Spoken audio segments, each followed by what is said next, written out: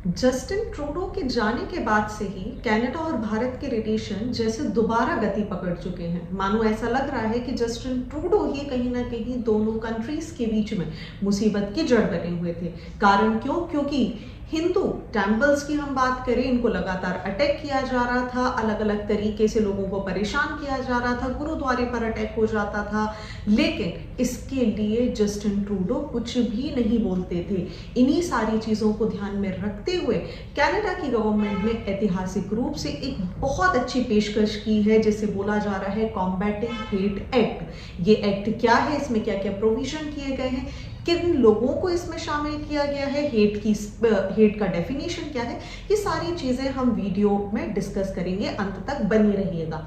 लेकिन मैंने ऐसा क्यों बोला कि भारत और कनाडा के बीच में डिप्लोमेटिक टाइज बिल्कुल अच्छे नहीं थे? तो अगर आप थोड़ा बहुत भी जियोपॉलिटिक्स को जानते होंगे तो आपको पता है कि भारत और कनाडा के बीच में खालिस्तानी मूवमेंट को लेकर ये घटनाक्रम चलता आ रहा है।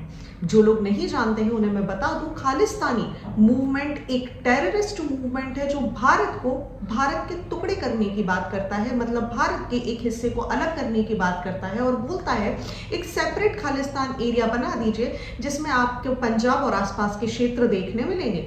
मतलब एक ऐसा क्षेत्र जिसमें केवल और केवल अलग झंडा होगा, अलग तरीके से लोग यहाँ पर रहेंगे, इनका अलग कॉन्स्टिट्यूशन होगा।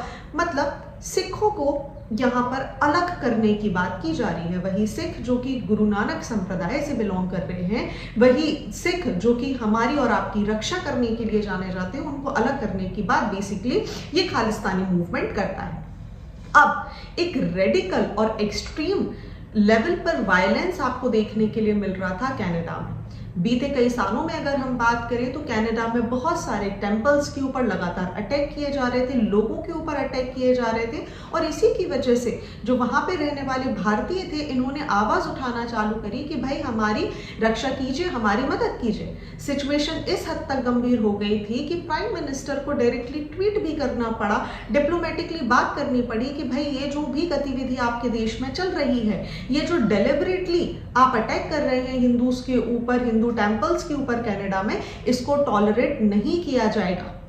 ये एक कावर्डली एक्ट है जिसको आप कर रहे हैं, जिसको आप सपोर्ट कर रहे हैं और इसकी वजह से आपके और हमारे डिप्लोमेटिक टाइज भी खराब हो सकते हैं और इस तरीके के वायलेंस को इंडिया बिल्कुल भी बर्दाश्त नहीं करेगा। ये बात 1 साल पहले की है और घटनाक्रम कुछ इस तरीके से हुआ कि भारत और कनाडा के रिलेशन पूरी तरीके से टूट गए। अगर हम थोड़ा सा बैकग्राउंड में जाएं या थोड़ा सा इतिहास समझने की कोशिश करें तो कहानी शुरू हुई 2023 के आसपास। 2023 में हरदीप सिंह निज्जर, जो कि एक जाना माना बोल सकते हैं, एक खालिस्तानी टेररिस्ट हुआ करता था, इसकी यहाँ पर हत्या हो जाएगी एक गुरुद्वारे के बाहर कनाडा में।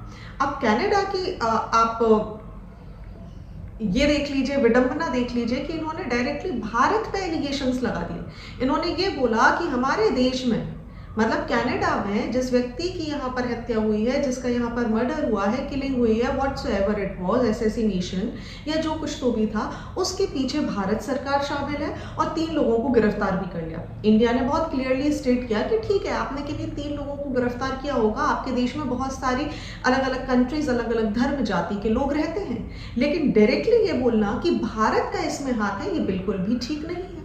ठीक है, पहला इंसिडेंट हो गया। दूसरी घटनाक्रम में समझते हैं, जस्टिन ट्रूडो जो कि पूर्व प्रधानमंत्री कनाडा के थे, ये लगातार न्यूज का विषय बने रहते थे अपने प्रो खालिस्तानी सपोर्ट को लेकर। भारत हर बार ये बोलता था ठीक है, आपके देश में कोई मूवमेंट चल रहा है, उसे चलने दीजिए, इट्स ओके, लेकिन आप प्राइम मिनिस्टर होते हुए उसे सपोर्ट कर रहे हैं तो गलत है, क्योंकि ट्रूडो को अपनी सरकार बचानी थी। हालांकि इसी गलती के कारण ये अपनी सरकार से हाथ भी धो बैठे।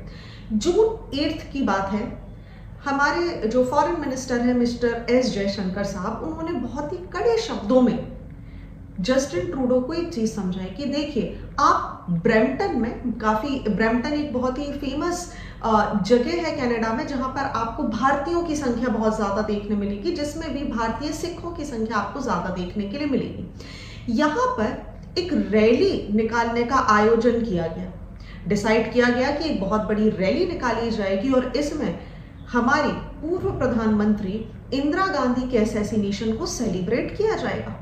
एक स्टैच्यू निकाला गया, आप फोटोज देख पा रहे होंगे शायद। इसमें लोग एंजॉय कर रहे हैं कि इंदिरा गांधी को गोली मारी गई।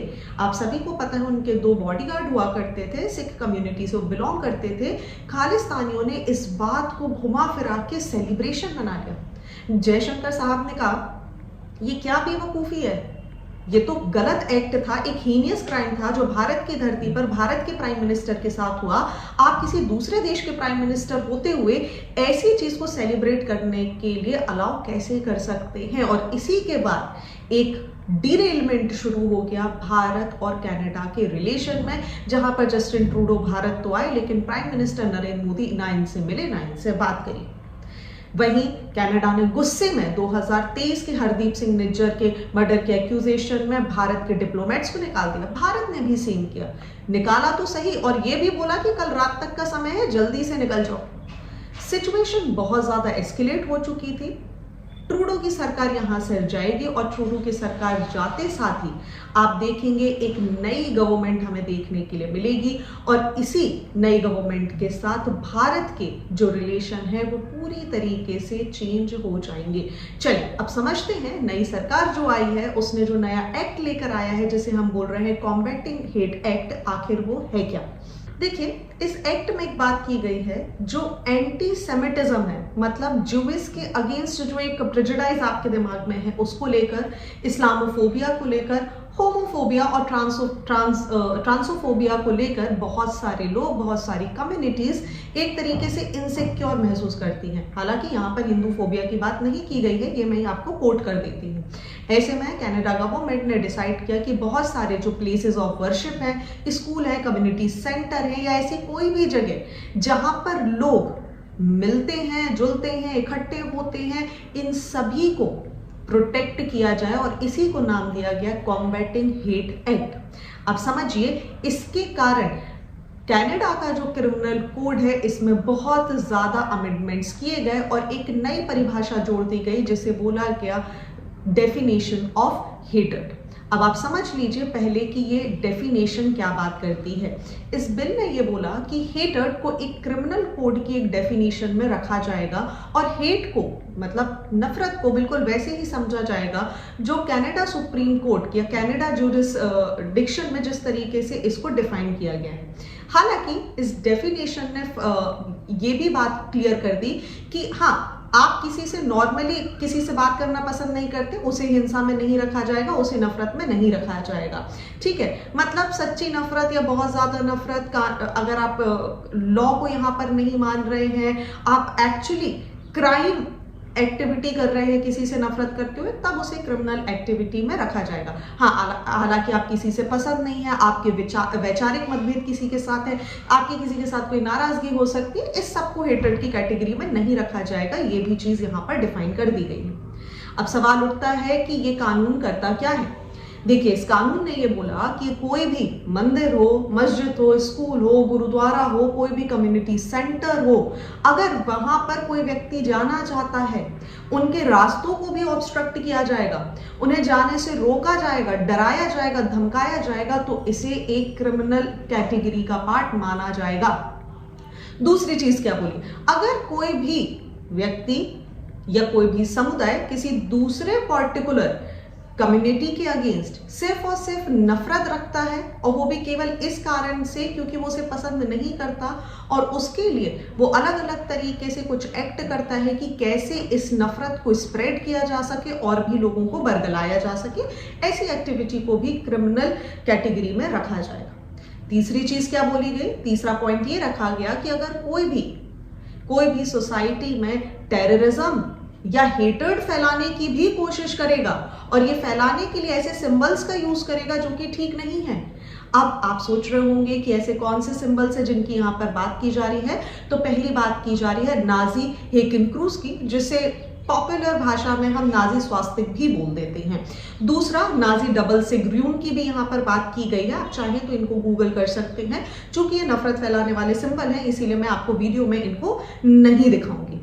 अगर ऐसे कोई चिन्ह भी किसी को दिखाता है तो उसे भी अपराध की कैटेगरी में रखा जाएगा। लेकिन एक और चीज को क्लियर कर दिया गया, आप पढ़ाई कर रहे हैं, आप एजुकेशन कर रहे हैं, आप आर्ट है, आप जर्नलिज्म का पार्ट है, अगर तब आप ऐसा करते हो और इन साइंस का यूज करते हैं अवेयरनेस वगैरह फैलाने के लिए, तो हालांकि इसे क्रिमिनल कैटेगरी का पार्ट नहीं माना जाएगा। So now the point comes कि कौन कौन सी जगह को यहाँ पर प्रोटेक्शन दी गई है। तो मंदिरों की बात करें, मस्जिदों की बात करें, मतलब मॉस्क की बात करें, चर्च की बात करें, सीमेट्रीज की बात करें, गुरुद्वारे की बात करें, स्कूल की बात करें, कम्युनिटी सेंटर की बात करें, प्लेग्राउंड्स की बात करें, ऑर्फनेजेस की बात करें, या फिर हम एल्डरली हाउसेस की बात करें, वृद्धाश्रम की बात करें, उन सभी को यहाँ पर प्रोटेक्शन दिया गया है। विच मीन्स कोई भी ऐसी जगह जहां पर एक ही रंग के, एक ही कम्युनिटी के, एक ही भाषा बोलने वाले, किसी पर्टिकुलर एज ग्रुप के, किसी पर्टिकुलर सेक्सुअल ओरिएंटेशन के जो लोग हैं, या फिर डिसेबिलिटी के जो लोग हैं, अगर वहां पर इकट्ठा होते हैं, उन सारी जगह को प्रोटेक्ट किया जाएगा। मतलब अगर आप किसी व्यक्ति को मंदिर, मस्जिद, गुरुद्वारे, गिरजाघर, स्कूल, कम्युनिटी सेंटर, प्लेग्राउंड जाने से रोकते भी हैं जस्ट बिकॉज कि वो किसी पर्टिकुलर कास्ट से, पर्टिकुलर कम्युनिटी से या पर्टिकुलर सेक्सुअल चॉइसेस से बिलोंग करता है, जेंडर बेस्ड चॉइसेस से बिलोंग करता है, तो उसे क्राइम माना गया है। नाउ द क्वेश्चंस कम कि क्राइम आखिर है क्या और कितनी सजा दी जाएगी। तो देखिए, अगर आप किसी को डरा रहे हैं, धमका रहे हैं, जाने से रोक रहे हैं, ठीक है, कि oh you are from this particular community, तुम स्कूल नहीं जा सकते, तुम इस रंग से बिलोंग करते हो, तुम मंदिर, मस्जिद या किसी अन्य स्थान पर नहीं जा सकते, ऐसे केस में ज्यादा से ज्यादा मतलब मैक्सिमम जो पनिशमेंट दी गई है वो 10 साल की दी गई है। हाँ, हालांकि अगर क्राइम बहुत ही छोटे स्तर पर किया जा रहा है तो 2 साल की मिनिमम और 10 साल का मैक्सिमम पनिशमेंट यहाँ पर डिसाइड किया गया है। अब अगर आप हेटर्ड की बात करें, तो हेटर्ड अगर यहाँ पर देखने के लिए मिल जाती है, तो ऐसे में जिस तरीके का क्राइम है उसकी इंटेंसिटी जैसी है उसके हिसाब से सजा को बढ़ाया या घटाया जा सकता है। मतलब अगर आप किसी को धमकी देते हैं तो पहले 5 साल की सजा दे दी जाएगी, और तभी भी आप नहीं मानते, आप फिर से ऐसे एक्ट्स में पकड़े जाते हैं, तो आपको 10 साल की सजा दी जा सकती है। दूसरी चीज, अगर आप हेटर्ड फैलाने वाले या फिर टेररिज्म फैलाने वाले सिंबल्स को दिखाते हैं, तो भी यहाँ पर इसको क्राइम कैटेगरी में रखा जाएगा, और सिमिलरली 10 साल, 5 साल, 2 साल डिपेंड करेगा किस तरीके से इंटेंसिटी पे इसको किया जा रहा है, उस हिसाब से डिसाइड किया जाएगा। अब क्या सवाल ये उठता है कि लोग प्रोटेस्ट भी नहीं कर सकते, लोगों की फ्री स्पीच को यहाँ पर दबाया गया है? तो जी नहीं, इस बात को भी यहाँ पर डिफाइन किया गया है कि लोगों के पास फ्री एक्सप्रेशन है। मतलब अगर आप शांतिपूर्ण तरीके से धरना देते हैं, अपनी बात रखते हैं, ठीक है, किसी को हर्ट नहीं कर रहे हैं, ऐसे में क्रिमिनल एक्टिविटीज को इसका पार्ट नहीं रखा जाएगा। क्लियर? दूसरी चीज, बहुत ही इंपॉर्टेंट चीज जिसको यहाँ पर शामिल किया गया है कि अटॉर्नी जनरल की अब मंजूरी के बिना भी अगर कोई हेटर्ड फैला रहा है तो ऐसे लोगों पर मुकदमा चलाया जा सकेगा। पहले अटॉर्नी जनरल से मंजूरी लेनी पड़ती थी, जिसमें लोगों को जस्टिस मिलने में डिले होता था। तो ये सारी की सारी चीजें इस पर्टिकुलर एक्ट में दी गई हैं, पर्टिकुलर बिल में यहाँ पर प्रपोज की गई हैं। बिल बहुत अच्छा है, एक्ट बन चुका है। हालांकि combating hate act proposed legislation to protect community against hate इसका पूरा नाम है। इसका ऑफिशियल डिस्क्रिप्शन का लिंक मैं आपको कमेंट सेक्शन में दे दूंगी, so that you can go there और आप इसको पढ़ सकते हैं। और अगर आपके कोई भाई बहन है, आपके दोस्त हैं जो कनाडा में रह रहे हैं, आप उनके साथ भी इसे शेयर कर सकते हैं। So thank you and do like and subscribe my channel.